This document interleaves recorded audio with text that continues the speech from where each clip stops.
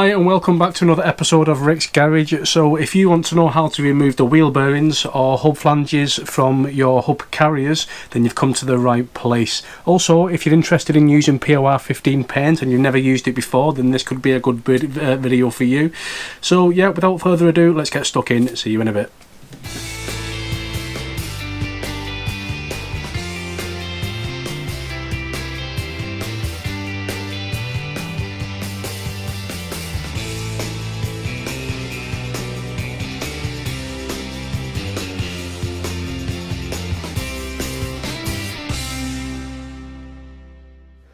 Okay, so the objective now is to completely strip down and rebuild the hub carrier.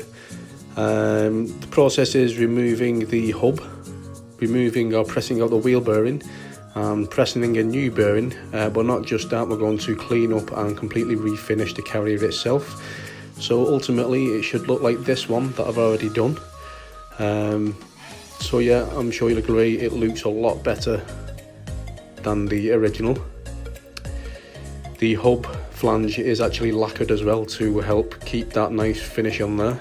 I'm not expecting it to last forever, but you know, it should last a while. The car will only be used in fair weather anyway. So without further ado, the first thing we're going to do is knock out the flange from the back of the carrier. Okay, and it is worth mentioning that when I knocked out the hub on the other carrier, half the wheel bearing did come out with it. It's completely stuck solid, so I'm not expecting this side to be any different, but we shall see. It may come out in one piece, but I very much doubt it. I think it's going to pull out half the bearing again. But you never know. Let's give it a go, see what happens.